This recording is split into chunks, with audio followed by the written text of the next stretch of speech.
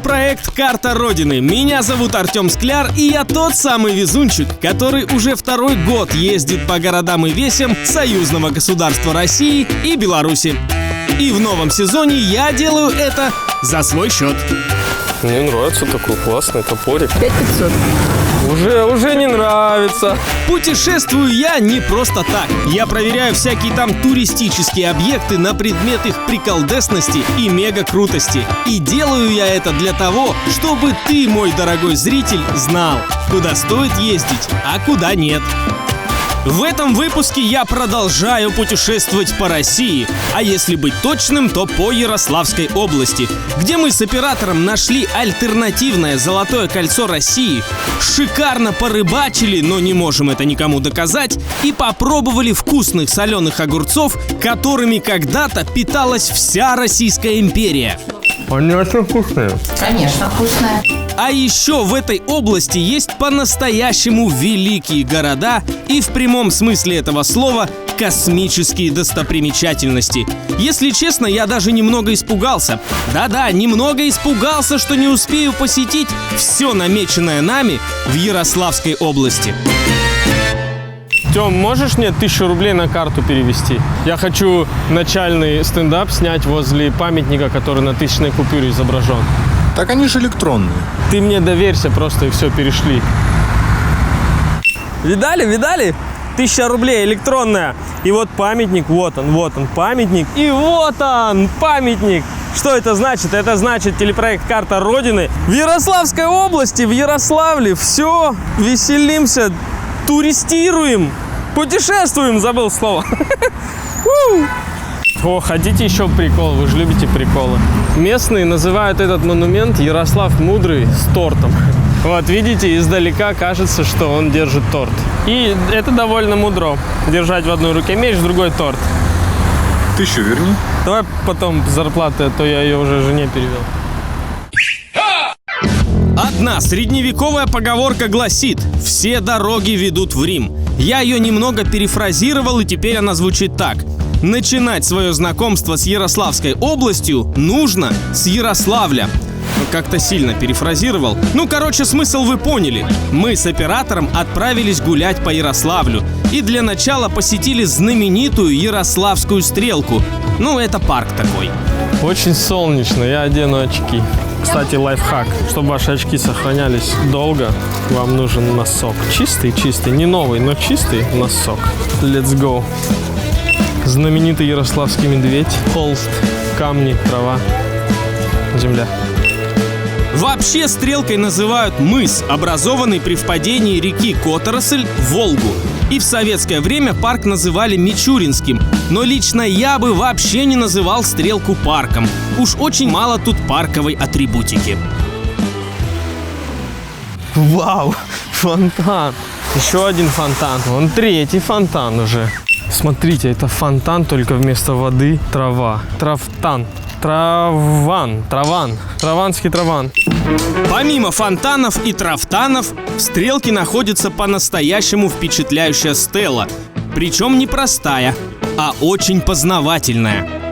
Стела тысячелетия. Это такая стела, на ней двухглавый орел наверху, а снизу все самые значимые жители города Ярославля. Значимые, я не знаю, правильное слово? Значимые жители. Самые знаменитые жители, вот. Все, вот, в принципе, это конец стрелки, конец парка. И, в принципе, тут заняться нечем, но погулять стоит, что мы, в принципе, и сделали, поэтому все, go to дальше. В общем, в парке Стрелка особо делать нечего. Но стоит отметить, что место действительно красивое. Причем настолько, что я решился на памятные сувениры из этих мест в виде 2 монеток по 250 рублей. Так, делаю сначала... Вы сами будете, да? А можно? Можно. Так, вы мне кувалду, я вам селфи-палку. Да. Надо вот так держать, да? Да, пойдет. Хороший удар. Шик, блеск, красота. Хороший. Есть? Handmade, Russian Nanotechnology. О, Best и далее, best. и далее. Следующим пунктом нашего променада по Ярославлю стало местное колесо обозрения, прокатиться на котором стоит 350 рублей с человека. И уже после оплаты дирекция этого колеса увидела наши камеры и без очереди пустила нас в VIP-кабинку по цене обычной, чем поставила нас в неловкое положение. Нас пустили в кабинку для молодожен. Смотрите, здесь вот. Лебеди целуются. Спасибо, что ты есть у меня. Ты мое счастье. Закрыв глаза на романтическую обстановку, мы с оператором полюбовались Ярославлем с высоты. Делать это в жаркий день в кабинке с кондиционером все-таки намного приятнее. А еще на этом колесе обозрения мы даже успели выполнить задачу вышестоящего руководства.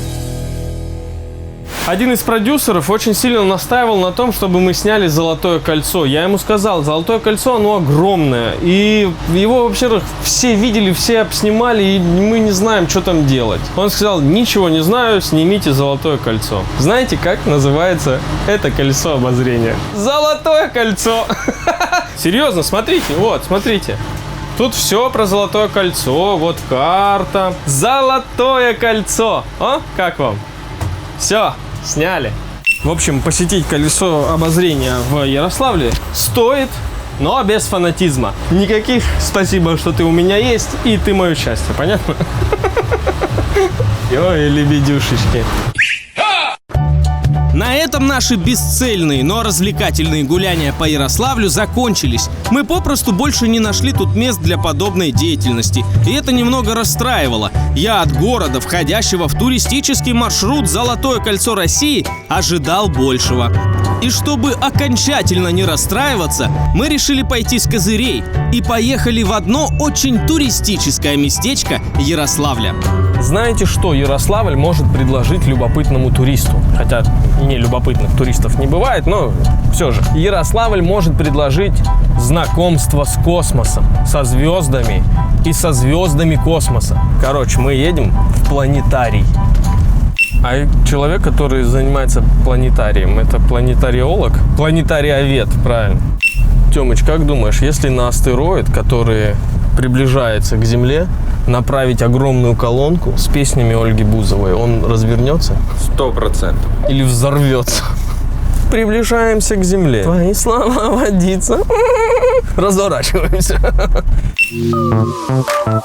Ярославский планетарий, ну или по-правильному культурно-просветительский центр имени Валентины Терешковой, считается одним из лучших в России. Здесь есть все, что может быть в современном планетарии. Тут и фантастические полнокупольные фильмы, и интерактивные музеи, и даже площадки, где можно поиграть в «Звездные войны».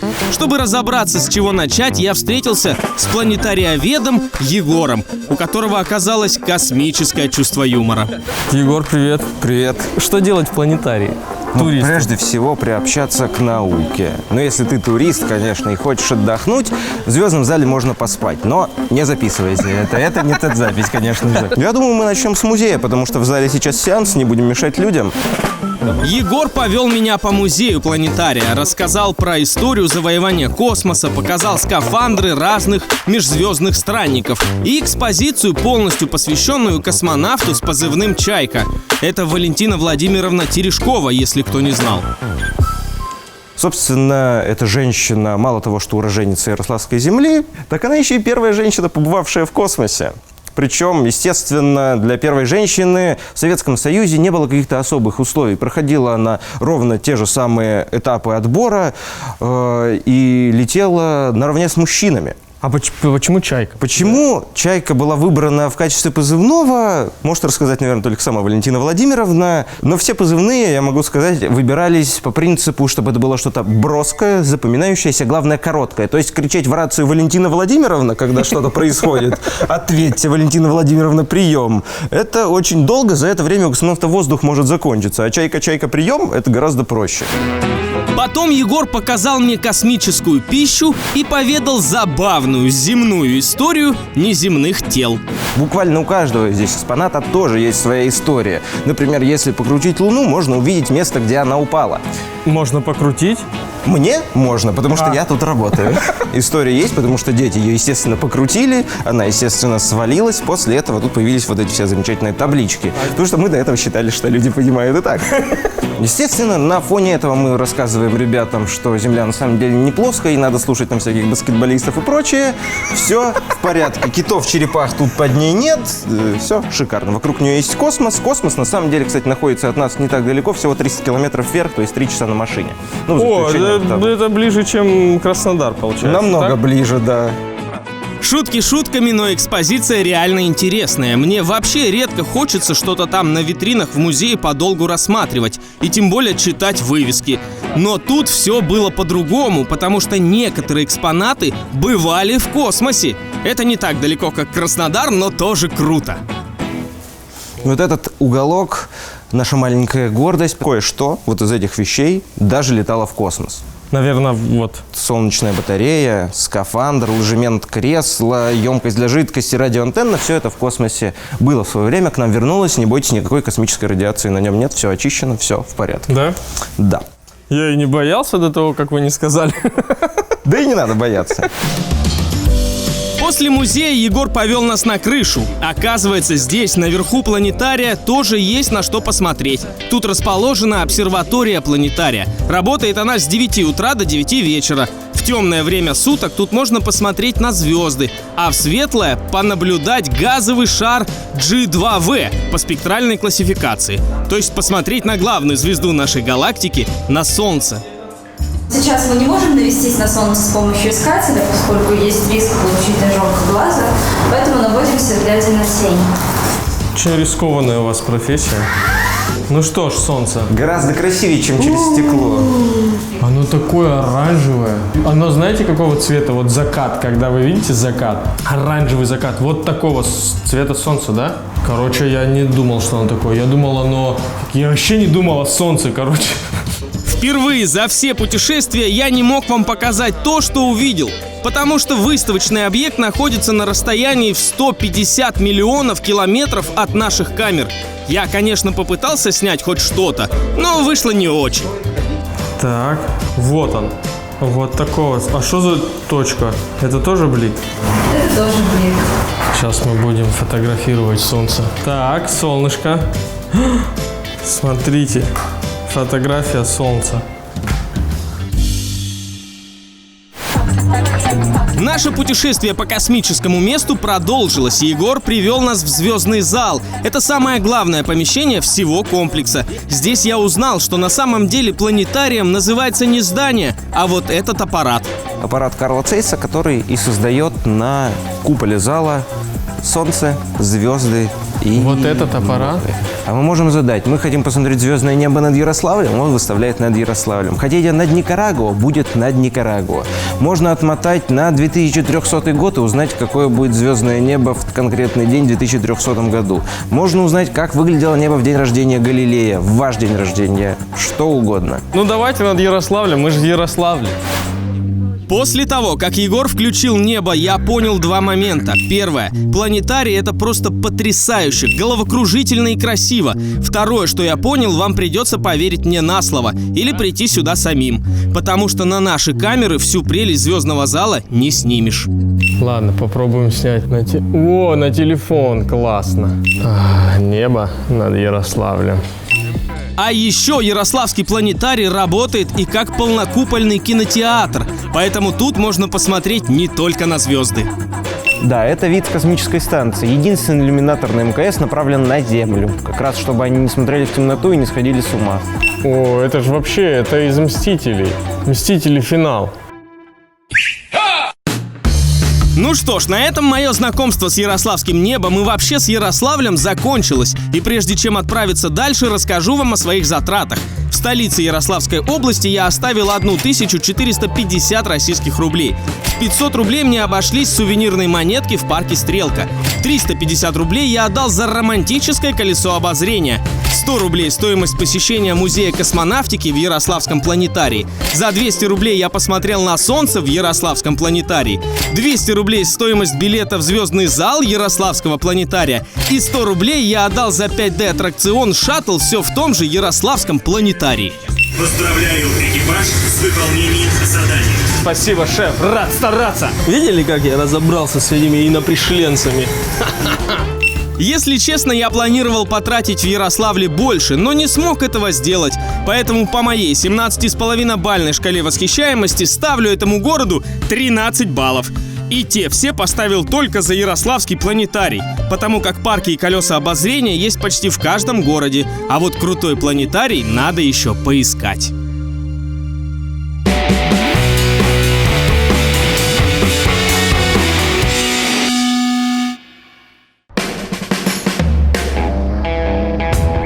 Один из наших продюсеров как-то мне сказал: Скляр, мне уже 813 лет. Я не хочу смотреть, как вы с оператором веселитесь, развлекаетесь. Я хочу смотреть на памятники архитектуры и какое-нибудь искусство, какие-нибудь музеи, еще что-нибудь вот такое вот. Но он не так сказал, я чуть-чуть от себя добавил. Ему 812. Но мы сами понимаем, что не всегда надо веселиться, развлекаться. Иногда надо узнавать что-то новое, просветляться. Что еще? Как эти слова умные, какие есть? В общем, вы поняли. Мы едем вот в такое место, которое, действительно уникально. И в него не поехать, находясь в Ярославской области, было бы глупостью. Поэтому мы едем в город Ростов. Знаменитый Ростовский Кремль. И делаем это с удовольствием, не потому что нам сказал наш продюсер. Честно говорю, там красиво. Ростовский Кремль. Уникальное сооружение. Это единственный Кремль на планете, который построили благодаря священникам. В 17 веке митрополит Иона решил возвести эту крепость как резиденцию архиереев. То есть тут планировался такой русский Ватикан. На месте меня встретил Александр Гаврилович, один из лучших в мире экспертов по Ростовскому Кремлю. Ансамбль возник очень быстро. Это как так? Вообще это уникальный случай в истории древнерусского зодчества. То есть вот с X-XI до конца 17 века как происходило? Возьмем любой древнерусский ансамбль, он строился постепенно. Ресурсы были небольшие, поэтому если строился храм, потом еще какая-нибудь церковь, потом какие-то крепостные стены, потом еще что-то.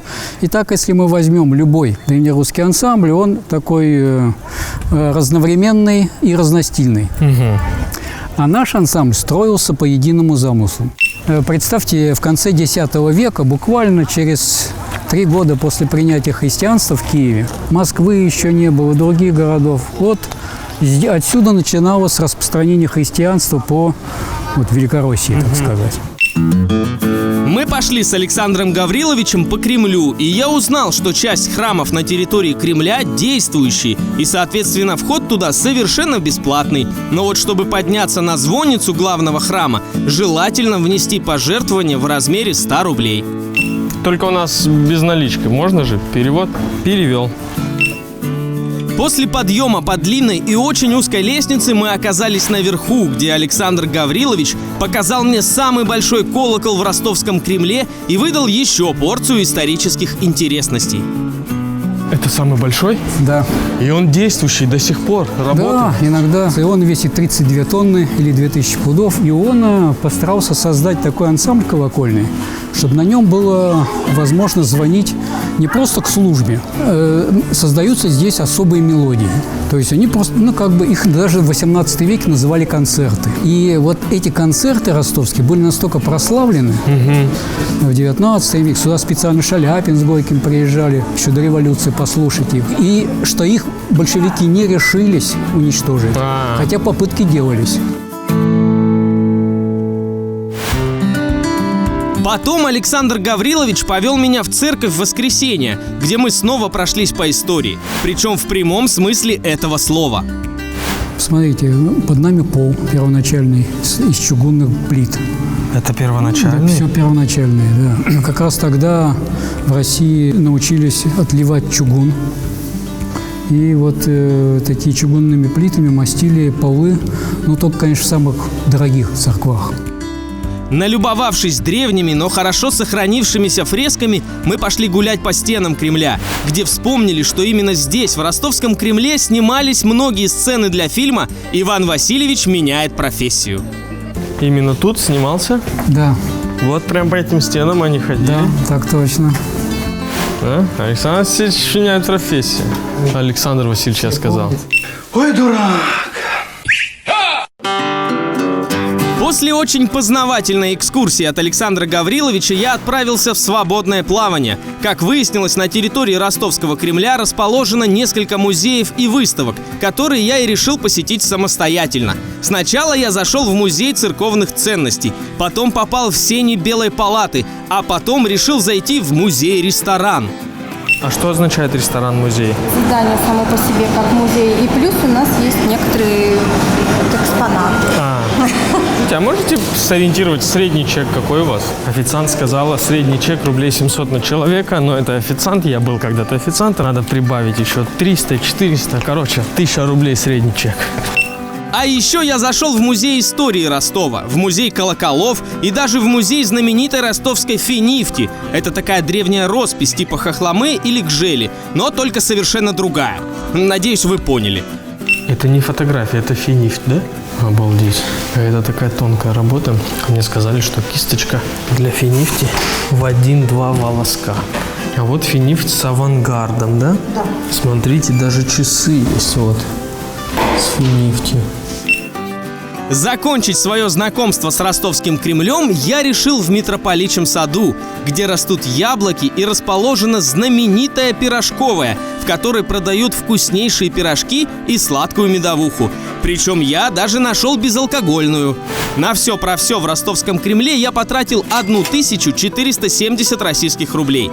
700 рублей стоит вход и посещение всех экспозиций и выставок музея. Вообще не обязательно платить 700 рублей, чтобы ходить во все музеи, на все экспозиции, выставки. Достаточно 70 рублей и просто погулять. А там уже сами решайте, в какой музей хотите, в такой и заходите, и платите отдельно. То есть 70 рублей вообще не жалко. И место, ну, классное же. В 500 рублей мне обошлась познавательная экскурсия, и 270 рублей я отдал за безалкогольную медовуху и вкуснейшие пирожки. В общем так, Ростовский Кремль – шикарное место для приятного времяпрепровождения. Тем более за такие деньги. Мой вердикт – 17,5 баллов. 2,5 из них за медовуху. Она шикарна.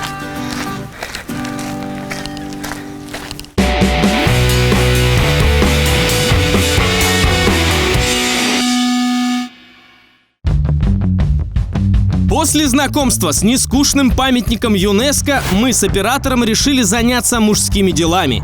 И для этого отправились в город с очень говорящим названием Рыбинск. Рыбинское водохранилище. О чем говорит это словосочетание? Первое. Там можно хранить воду. Второе. Там можно шикарно порыбачить. Мы выбрали второе. И рыбалка, говорят, там просто шикарная. Сейчас проверим. Да? Рыбинское водохранилище – один из самых больших рукотворных водоемов в мире. Его площадь 4500 квадратных километров. Создано водохранилище было в 1941 году. И ради этого мини-моря пожертвовали древним городом Малога, в котором теперь живут только рыбы, которых я собирался поймать под присмотром местного профессионала Александра.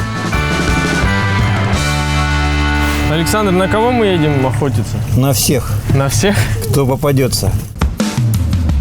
Мы погнали по волнам. Причем не просто так, абы куда и абы где закидывать удочки наугад. Современная рыбалка давно вышла на новый уровень технологического прогресса. Рыбу мы искали с помощью специальной аппаратуры. Александр сказал, как она называется, но я забыл. Поэтому будет рыба-находилкой. Что это? Рыба? Это рыба, да? Это ее много? Да. А ты видишь, как раз она стоит на бугру наверху. Вот, видите, это рыба на бугру наверху. Это значит, ее здесь много. Это окунь, да? Да. Ну, окунь, ну держись.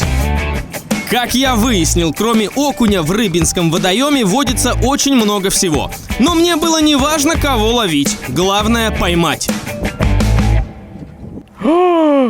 Че, поклевка была? Да. В рыбалке главное что? Терпение и фантазия. Вот у меня сейчас сорвалась вот такой глаз у рыбы. Вот такой.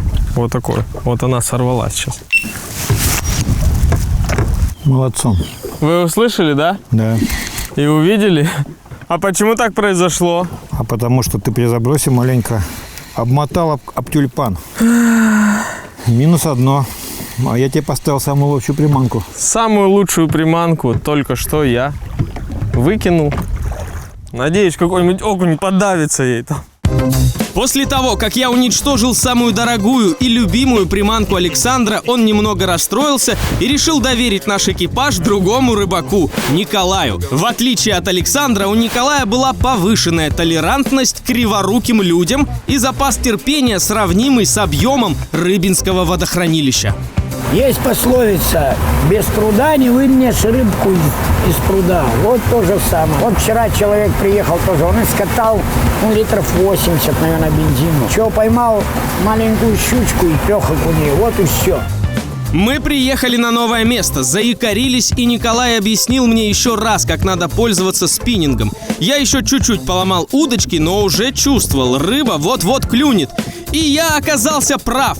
Но мне опять не повезло. Именно в тот момент, когда щука заглотила наживку, у наших камер сели батарейки. Работал только микрофон и коптер.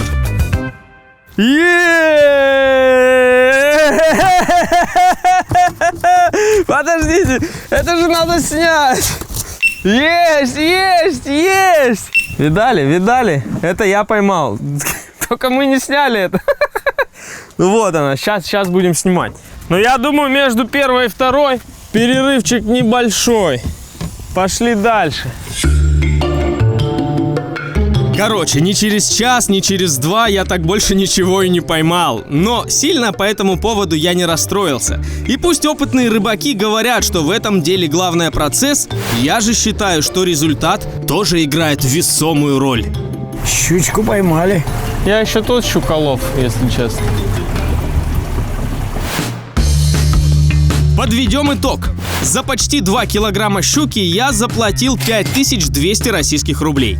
4000 – это стоимость аренды катера с более опытным рыбаком. И 1200 рублей – это стоимость топлива.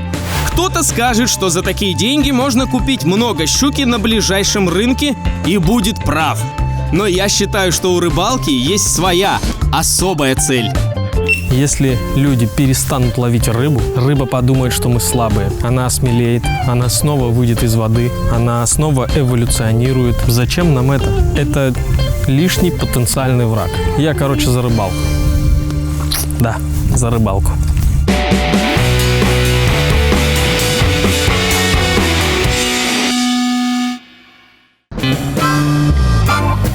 Закончить наше путешествие по Ярославской области мы решили в селе Вятское.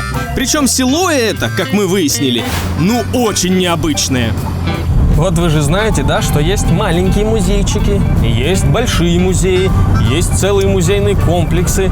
А здесь, в Ярославской области, есть село-музей. Это, просто, я не знаю, как показать. Причем, это необычное село. С 2015 года это село входит в список самых красивых деревень России. Да, есть такие конкурсы. Все деревни съезжаются куда-то и такие в дефиле: «Мама дорогая, посмотрите на меня».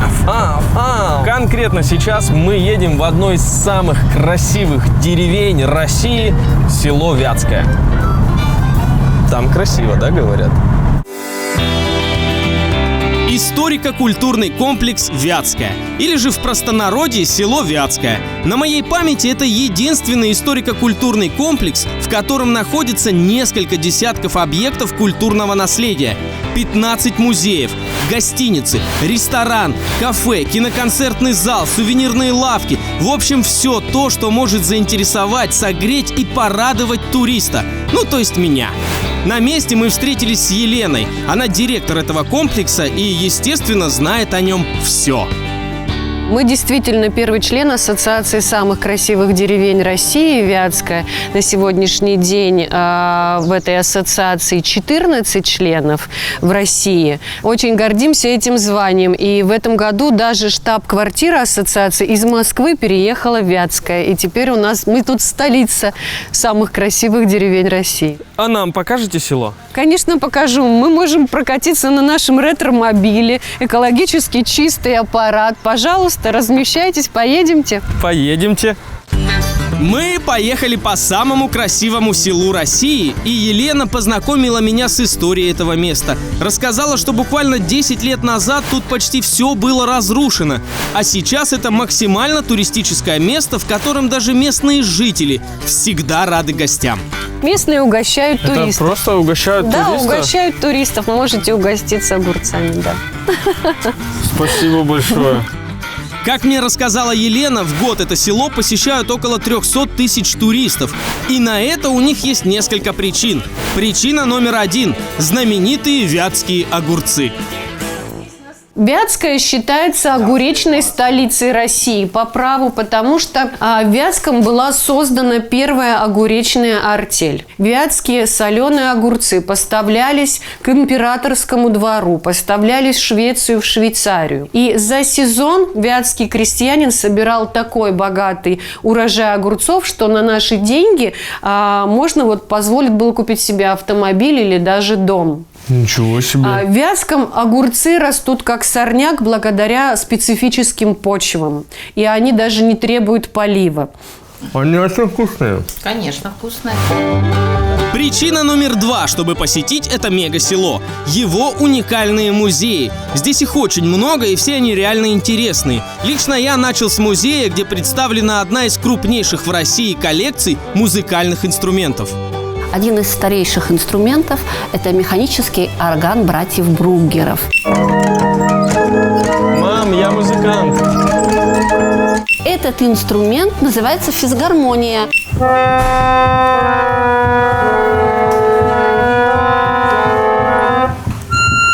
А один из старейших инструментов нашей коллекции 1750-го?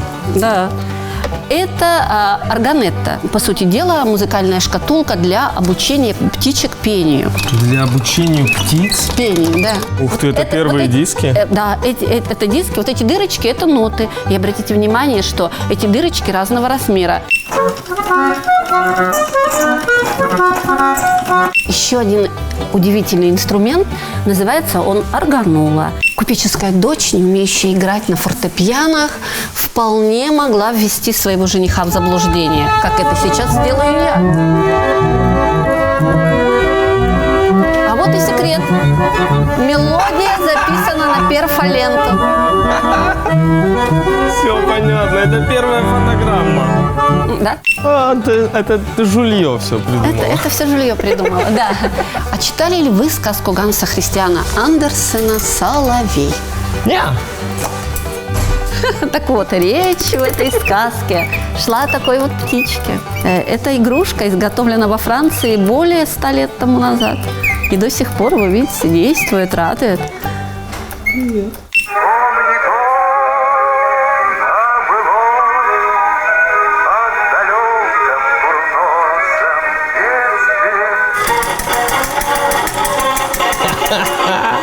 Я тоже так танцую.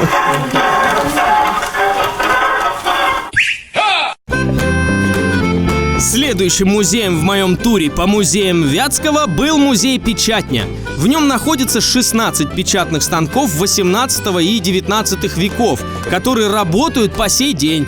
Вы услышали? 16 станков. Не один, не два, 16. Наш музей Печатня может функционировать как полноценная типография. Вот на этом станке для наших гостей мы можем напечатать монетку с видами Вятского. Но нужна ваша недюжая сила будет. Это многотонный пресс. Наконец-то. Да, просто... Пригодится моя недюжая сила. Да, так что проходите. Да-да-да, всем весом надо. Давайте я сам. Есть. Шик, блеск, красота. Это вам на память от Вятского. Ой, спасибо большое. А еще я побывал в Политехническом музее, в музее русской предприимчивости, в музее часов, где прям очень много разных часов, в музее аптеки, в музее, посвященному новогоднему празднику. Потом опять поел огурцов и пирожков с огурцами в местной кафешке. А потом побывал в музее русских забав, который расположен под открытым небом и может похвастаться своими старинными качелями и каруселями. А здесь качели-карусели сделаны по образцу, вернее, по макетам старинных качелей, только из дерева и металла. Это механические качели. Точно такие же были 100 лет назад, и на них катались местные вятские дети и взрослые. А сейчас мы развлекаем своих туристов. Зря мы пирожков поели, у меня голова кружится. Саш, Это быстрее не надо, да? можно помедленнее? В общем, так много туристически привлекательных мест я видел разве что в очень крупных городах. А это, я напомню, село. Пусть и самое красивое в России, но село, которое, кстати, часто любят посещать со своими концертами различные звезды. И это еще одна причина заглянуть на выходных в Вятское. Например, за день до нашего приезда тут бесплатно давали свой концерт Антон и Виктория Макарские. Здравствуйте, дорогие друзья! Здравствуйте! Если честно, я до конца не могу поверить, что Вятское — это просто село. По мне, так это прям полноценный туристический кластер, которому я по своей 17,5-бальной шкале восхищаемости ставлю заслуженный наивысший балл. Знаете, что я скажу? Мы, лично мы, не знаю, как он, там за камерой стоит. Ой, знаменательно. У нас всегда звон колокольный, всегда вовремя, когда мы что-то торжественно открываем или когда какой-то важный момент. Важный момент. Я хотел сказать, что лично я сюда обязательно вернусь и хочу вернуться зимой. Мне кажется, здесь зимой еще сказочнее.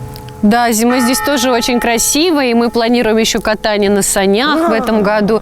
Да, и так что приезжайте. Все, спасибо вам большое. Спасибо вам, будем ждать, всегда Спасибо рады. за гостеприимство. До встречи, 100% до встречи. До встречи в самой красивой деревне России, Вятская. Ура!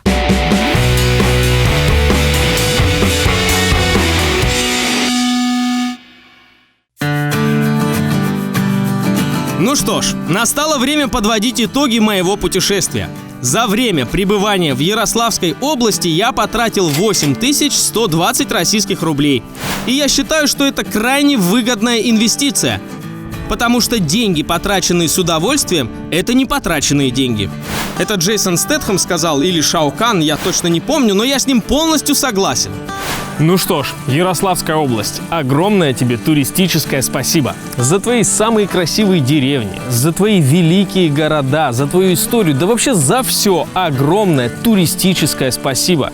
Это был телепроект «Карта Родины», меня зовут Артем Скляр. Давайте там путешествуйте, чё дома-то сидеть, Ну и напоследок традиционный намек на ответ на вопрос, почему я езжу только по городам и весям союзного государства. Хотя, знаете, не будет никакого намека. Зачем эти намеки? Просто подписывайтесь на «Карту Родины» в Ютубе и давайте в комментариях под этим выпуском по существу все обсудим. Все, всем пока!